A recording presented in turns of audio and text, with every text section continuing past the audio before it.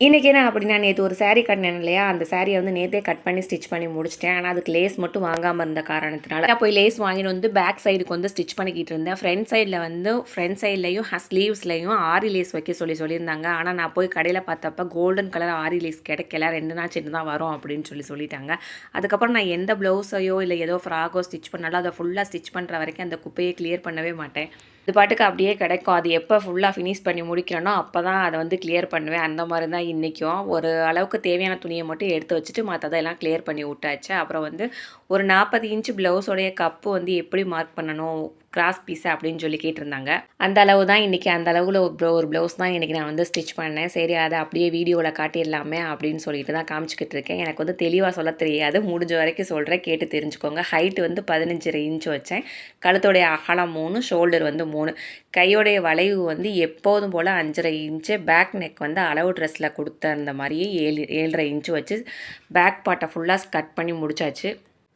அதுக்கப்புறம் தான் cross piece வந்து நம்ம கட் பண்ணணும். இது வந்து கரெக்டாக 40 இன்ச்சு உடம்புடைய அளவு. எக்ஸ்ட்ரா வந்து தையலுக்குன்னு 1.5 இன்ச்சு வந்து நான் மார்க் பண்ணி அங்கே வந்து ஒரு அடையாளமும் போட்டிருக்கிறேன்.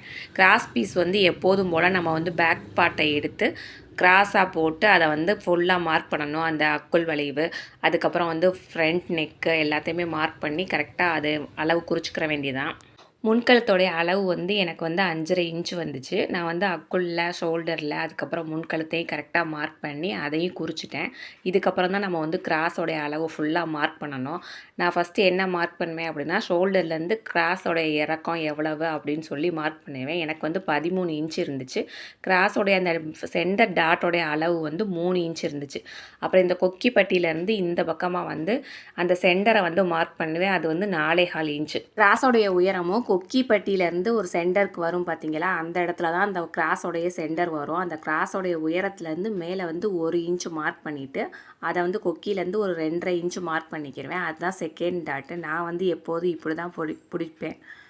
இந்த மெத்தட்லலாம் தான் நான் எப்போயுமே கிராஸ் மார்க் பண்ணி அதை வந்து கட் பண்ணி எடுத்துக்கிறது. கிராஸோடைய இறக்கம் வந்து இந்த ப்ளவுஸில் வந்து 13 இருந்துச்சு. ஆனால் மேக்ஸிமம் எல்லா ப்ளவுஸுக்கும் வந்து 12, 12.5 அதுவே ஓரளவுக்கு எல்லா ப்ளவுஸுக்கும் கரெக்டாக வரும். நம்ம மார்க் பண்ண எல்லாத்தையுமே கரெக்டாக கட் பண்ணி எடுத்துக்கிற வேண்டியதான். ஆல்ரெடி மார்க் பண்ண இடத்துல அடையாளம் போட்டோமாக்கும் நம்ம ஸ்டிச் பண்ணும்போது ஈஸியாக இருக்கும். இதை எப்படி வந்து ஸ்டிச் பண்ணும்போது எப்படி ஸ்டிச் பண்ணுவேன், 3வது டாட் எப்படி பிடிப்பேன் அப்படிங்கிறத வந்து உங்களுக்கு ஸ்டிச் பண்ணும்போது சொல்லி காட்டுறேன். இதே மாதிரி 2 பக்கமும் அடையாளம் போட்டுக்கிறணும். ஒன்று ஸ்டிச் பண்ணி எடுத்து முடிச்சதுக்கப்புறம் மறுபடியும் போடணும் அப்படின்னு நினச்சோமாக்கு நம்மளுக்கு வந்து அது மறந்து போயிடும்.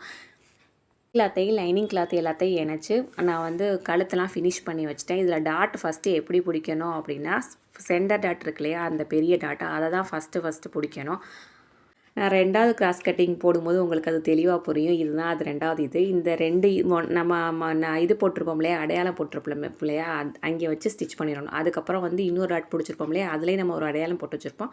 அங்கேயே அந்த டாட்டை ஸ்டிச் பண்ணதுக்கப்புறம் 3வது டாட் எப்படி பிடிக்கணும்னா, இந்த 2 டாட்டை இழுக்கும்போது நடுவில் ஒரு சென்டரில் வந்து ஒரு டாட் வரும் அந்த அக்குள் சைட்லேருந்து.